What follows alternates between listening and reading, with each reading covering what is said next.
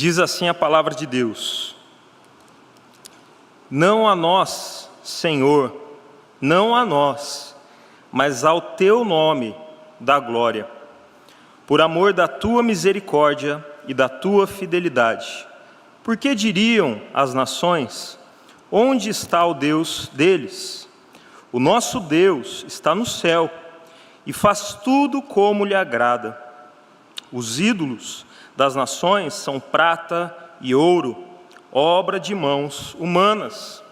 Têm boca e não falam, têm olhos e não veem, têm ouvidos e não ouvem, têm nariz e não cheiram, têm mãos e não apalpam, têm pés e não andam.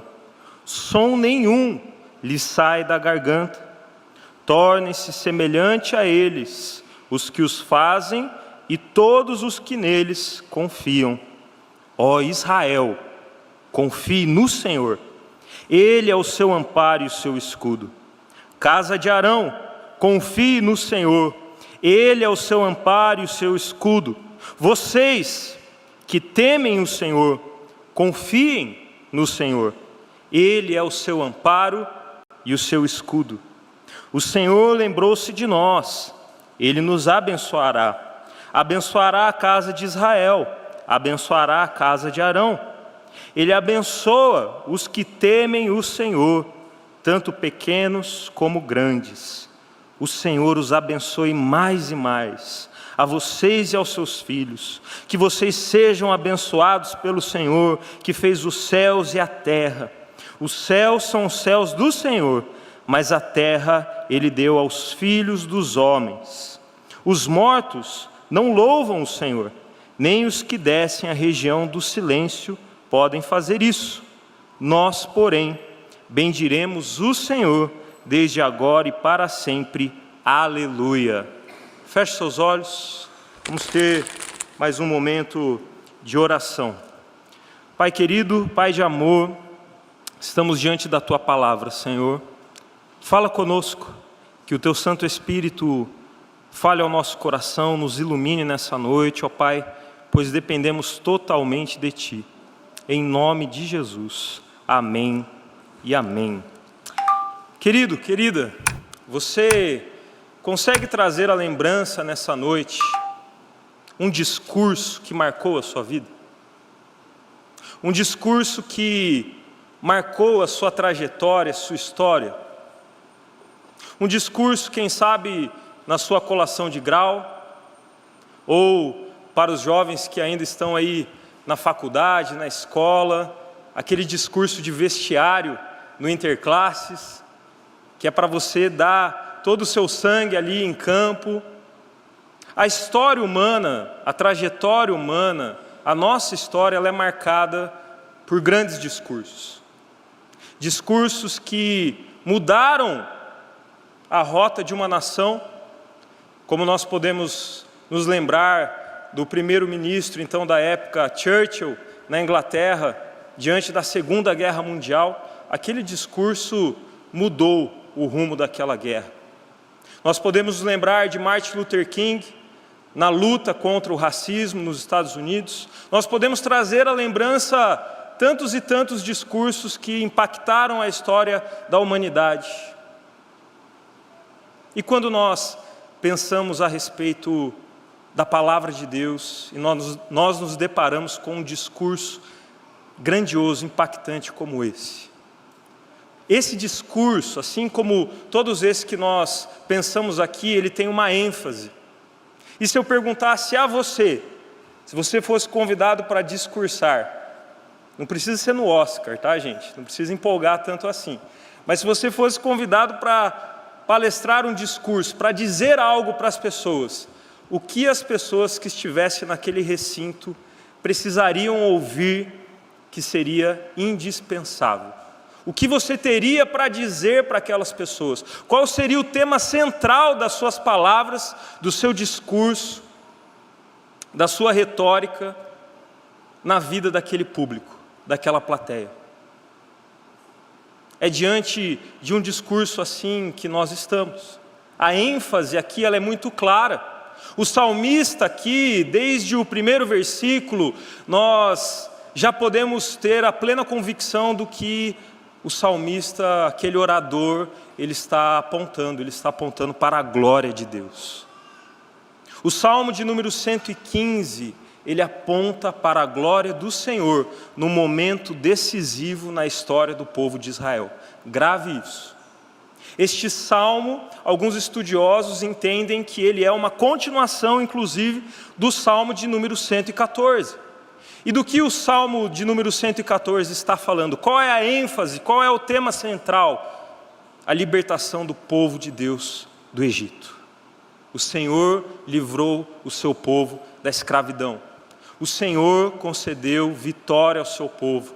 O Senhor livrou o seu povo da ameaça do exército dos egípcios.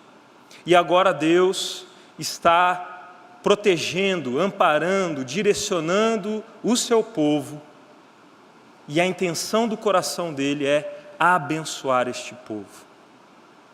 Por isso, o primeiro versículo, logo de cara, ele vai dizer algo tremendo. Não a nós, Senhor, não a nós, mas ao teu nome dá glória.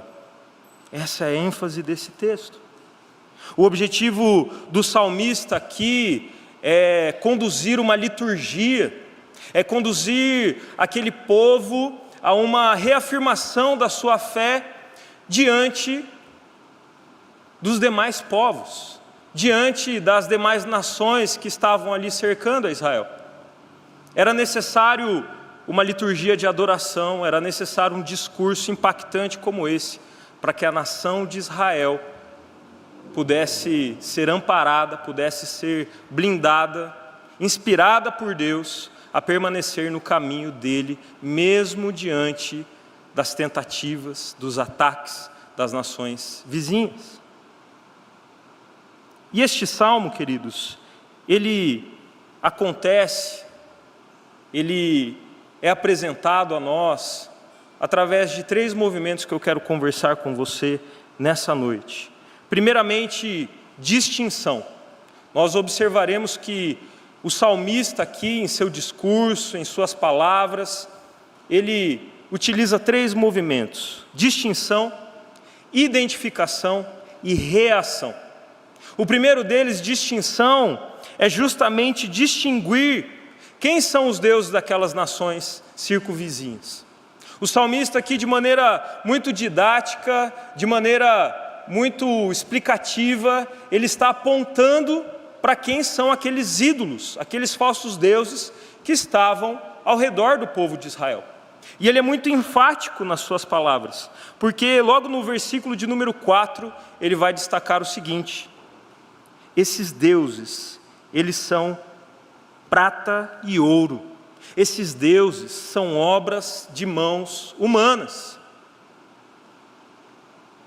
Eles são produzidos, eles são fabricados através de materiais, através da prata, através do ouro. Estes deuses, esses ídolos das outras nações, eles não habitam nos céus como o nosso Deus. Eles podem ser carregados de um lado para o outro. Eles podem ser levados de um lado para o outro. O salmista então continua, ele vai apontar para uma tremenda verdade para aquele povo. Sabe esses falsos deuses criados a partir das mãos humanas? Eles são inoperantes. Eles não podem fazer nada. Eles não têm condições de fazer nada. Eles têm ouvidos, mas não ouvem. Eles têm boca, mas não falam.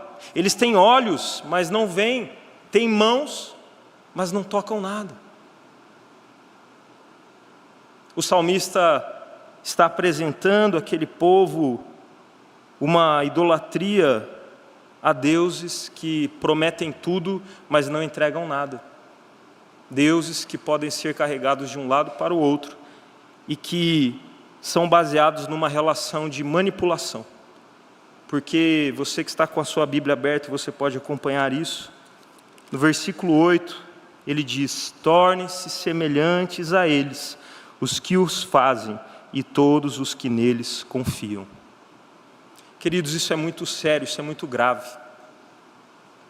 Aqueles deuses fabricados por mãos humanas, inoperantes, manipuláveis, levados de um lado para o outro, as pessoas que os fabricam, elas se tornam exatamente como eles. E o salmista, numa apologética aqui, ele está realmente defendendo a fé no Deus vivo, no Deus que não pode ser manipulado, no Deus que não pode ser comprado, no verdadeiro e único Deus, o Senhor dos exércitos. Feita essa distinção, o salmista então passa a identificar quem é o nosso Deus. E de maneira muito didática, muito clara, ele vai nos apontar para essa verdade maravilhosa e vai responder a pergunta que nós podemos fazer nessa noite: quem é o nosso Deus? A partir então do versículo de número 9, o salmista ele vai dizer que esse Deus é o nosso amparo e o nosso escudo, nós podemos confiar nele. Ele insistentemente dirá: casa de Arão, confie no Senhor, povo de Israel, confie no Senhor, Ele é o seu amparo, Ele é o seu escudo. O que não faz sentido é as nações à nossa volta questionarem quem é o nosso Deus. E nesta apologética, então, o salmista ele começa a apontar para essa verdade tremenda: o nosso Deus é o Deus que nos libertou, é o Deus que é o nosso escudo, Ele é o nosso amparo. E eu não sei quantos irmãos aqui gostam de assistir filmes épicos, né? Filmes que retratam a era antiga. Eu gosto bastante, eu me lembro daquele filme Troia, não sei se todos aqui assistiram, mas é um filme muito rico, muito bacana em detalhes, e tem ali um momento de uma luta entre Aquiles e Heitor, e a gente pode ver ali eles usando, né, as suas ferramentas, usando ali as suas armas, e há uma cena onde eles estão com um escudo, um pequeno escudo que ambos carregam para se defender dos ataques uns do outro, né, um do outro. E aquilo me chamou a atenção, porque aquele escudo, a princípio, ele não parece defender de nada, né?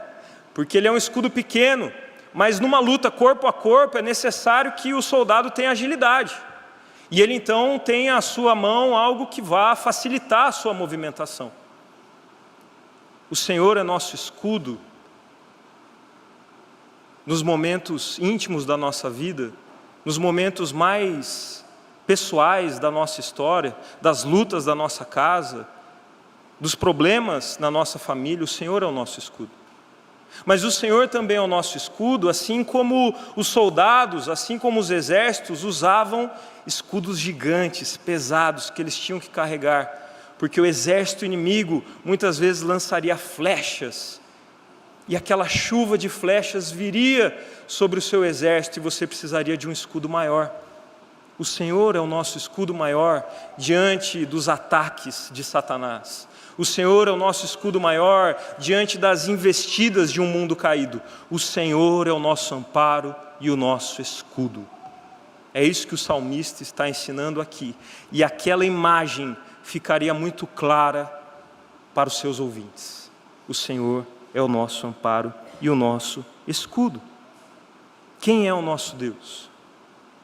O versículo de número 12 nos responde que o nosso Deus é aquele que se lembra de nós. O Senhor não se esquece do seu povo.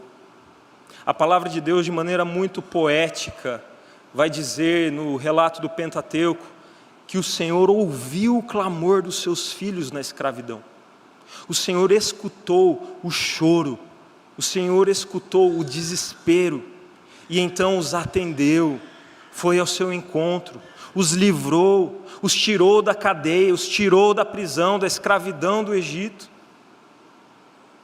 Ele não se esquece de nós. Um Deus tão grandioso, majestoso, maravilhoso, que se compadece do clamor daqueles que o chamam, daqueles que gritam o teu santo nome.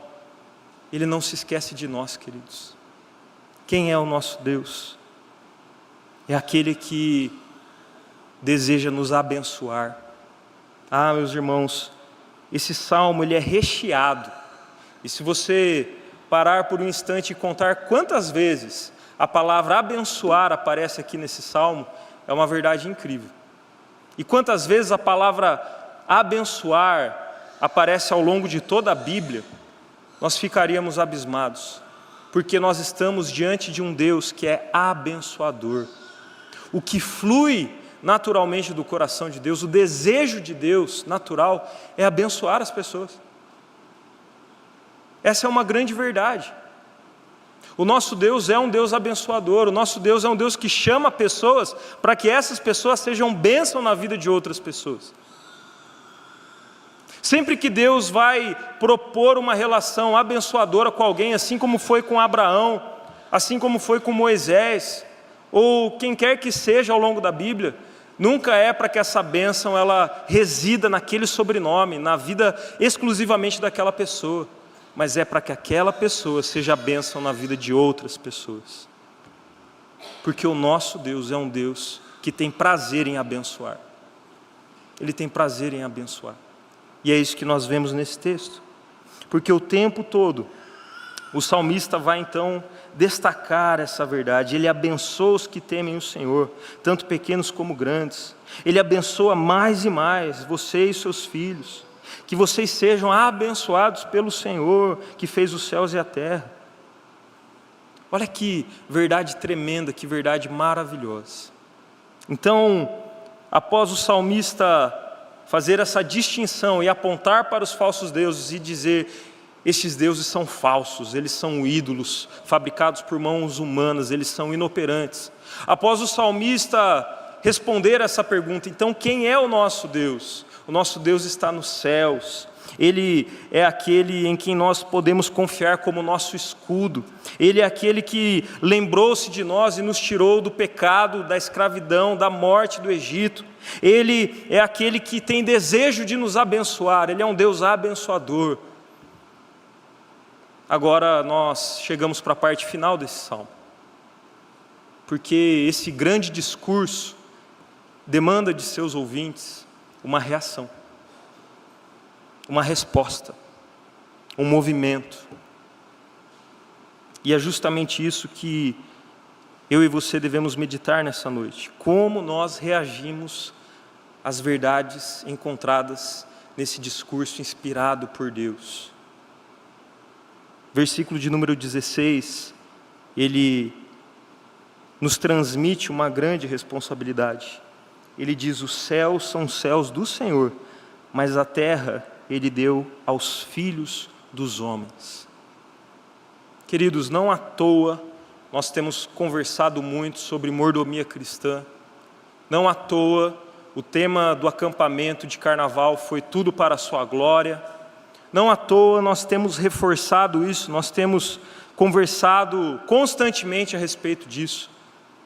Deus transmite uma responsabilidade a todos nós. Deus nos chama como cooperadores da sua obra, da sua missão no mundo. E esse salmo destaca justamente essa verdade. A terra Ele deu aos filhos dos homens. O Senhor confia a nós uma responsabilidade. O Senhor confia a nós o cuidado desta terra, deste jardim, para que sejamos cooperadores dEle na missão que Ele tem para esse mundo, a saber, a salvar pessoas. O Senhor está nos chamando para essa missão. O Senhor está nos confiando algo. E isso é urgente para a nossa vida. Porque o salmista também vai destacar no versículo 17 que os mortos não podem fazer isso. Os mortos estão mortos, eles não podem louvar a Deus. Nós, porém, precisamos bendizer o nome do Senhor. Precisamos viver para a glória dEle. Enquanto é dia, enquanto é tempo, meu irmão, minha irmã, a nossa missão nessa terra é glorificar o Senhor através da nossa vida. Esse salmo nos chama a uma ação. Esse salmo nos desafia a um movimento, a uma reação diante de tudo isso que nós já entendemos. Os falsos deuses nada podem fazer. O Senhor é aquele que se lembra de nós, é aquele que nos ama e nos libertou. E agora, o que nós faremos a respeito disso? Quero conversar com você a respeito de algumas aplicações para mim e para a sua vida, que falam muito ao meu coração frente a esse salmo. E a primeira delas é a necessidade, a importância de sondarmos o nosso coração em relação aos falsos deuses, em relação aos falsos ídolos. Sonde o seu coração em relação aos falsos deuses. João Calvino, grande reformador, certa vez disse: o coração do homem é uma fábrica de ídolos. Tim Keller, no seu livro Deuses Falsos, e aqui fica a indicação para você, né, João? João também é fã desse livro, e é um livro excelente. Ele vai esmiuçar ao longo da palavra de Deus e fazendo um comparativo com a nossa sociedade, do quanto o nosso coração é inclinado para idolatrar pessoas, coisas. E ele então vai definir da seguinte forma: um ídolo é tudo aquilo que rouba os seus pensamentos, rouba o seu tempo, rouba os seus esforços, rouba a sua vida, ao invés do verdadeiro e único Deus que você deveria adorar. É quando você investe todos os seus esforços, todo o seu tempo pensando naquilo. É quando você baseia a sua vida naquilo, e sem aquilo você diz: eu não posso viver. Isso é um ídolo. James K. Smith, escritor do livro Você é Aquilo que Ama, ele vai trazer uma provocação muito importante, muito urgente para o nosso tempo. Ele vai dizer: não existe a possibilidade de você não adorar alguma coisa. Essa coisa de você ser ateu, de você simplesmente não ter um Deus, isso não existe. Todos adoram a algo ou alguém. A questão é a quem ou o quê. Todos, sem exceção. Porque adorar é algo que está intrínseco em nós, seres humanos. A questão é a quem nós adoramos. E é por isso que eu e você devemos sondar o nosso coração e buscar enxergar se há altares edificados a falsos deuses, que são inoperantes, que são fabricados pela nossa própria imaginação, que são fabricados segundo a nossa própria imagem. Deuses que nós inventamos para amaciar o nosso ego. Inclusive, na nossa trajetória na igreja, a forma como nós olhamos para Deus tem muito a ver com isso. Porque nós não estamos preocupados em adorar o Deus revelado pela Bíblia, mas nós criamos um Deus à imagem e à semelhança de nós pecadores. E isso é perigosíssimo. Sonde o seu coração em relação aos falsos deuses, que podem ter altares na essência do seu ser, que podem ter altares na essência daquilo que você faz, que podem ter altares naquilo que você sonha. Segunda aplicação para a minha vida e para a sua vida nessa noite é, após sondarmos esse coração, nós precisamos calibrá-lo na rota da adoração ao nosso Deus. Isso é fundamental, queridos. E esse salmo tem muito a ver com isso. Diante de uma grande vitória, diante de uma grande libertação, o Senhor usou aquela pessoa para que a partir daquele discurso, a partir daquelas palavras, as pessoas fossem desafiadas a calibrar a rota do seu coração no sentido de Deus, no sentido do único e verdadeiro Senhor, no sentido do Deus dos exércitos, do Alfa e do Ômega, daquele que disse a Moisés: eu sou o grande, eu sou, do Deus invisível, mas real. E essa é a realidade aqui, porque o coração é o núcleo do ser, o coração é o centro das nossas afeições, o coração é o centro daquilo que nós perseguimos com a nossa vida, o coração é o centro da maneira como nós olhamos para as outras pessoas e olhamos para Deus. Por isso nosso coração precisa estar calibrado em direção a uma vida de adoração ao verdadeiro e único Deus. E a notícia maravilhosa para a minha e para a sua vida, e assim como nós fizemos a leitura no início deste culto, lá em Colossenses, o nosso Deus, querido e querida, Ele é tão gracioso, Ele é tão bondoso, que Ele se fez carne por nós.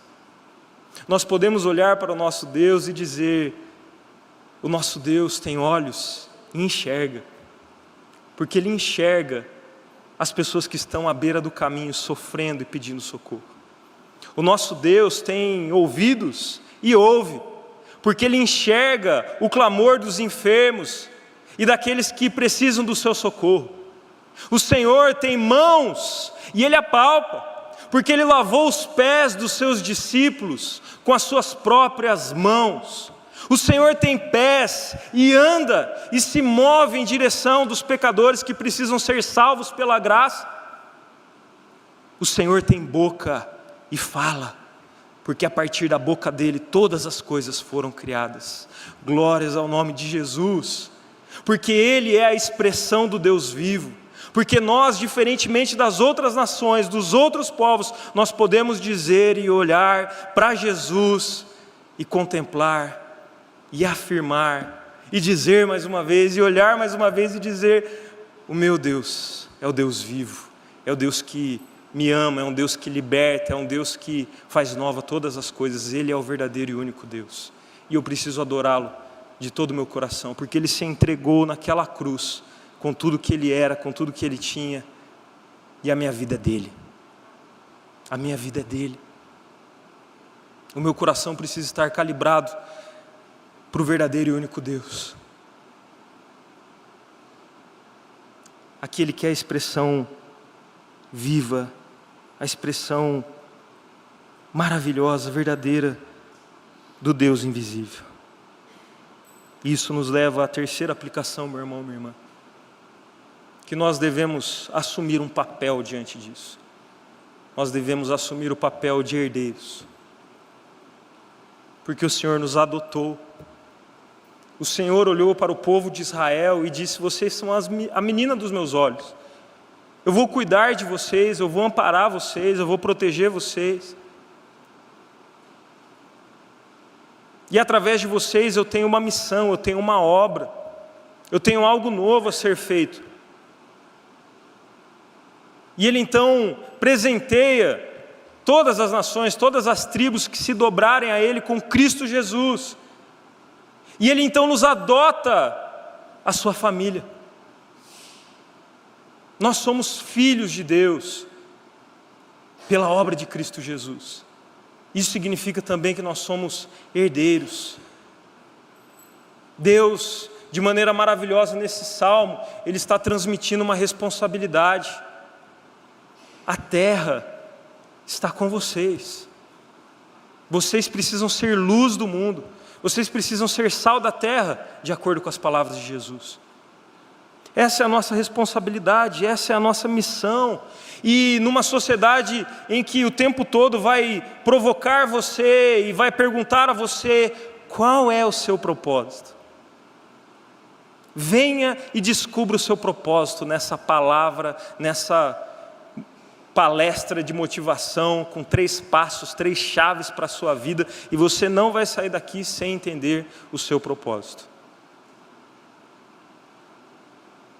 Deus não trabalha com propósitos individuais, no sentido de que eu tenho um propósito exclusivo, eu sou a menina dos olhos de Deus e todo o resto é menor do que eu, todo o resto é menos importante que eu.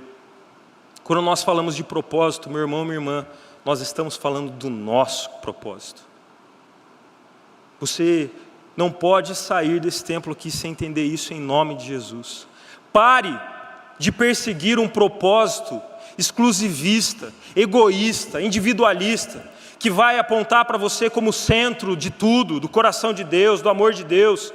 Mas passe a olhar para a palavra do Senhor e entender que Deus está nos chamando para um propósito coletivo, como igreja do Senhor Jesus, como família da fé, como corpo de Cristo.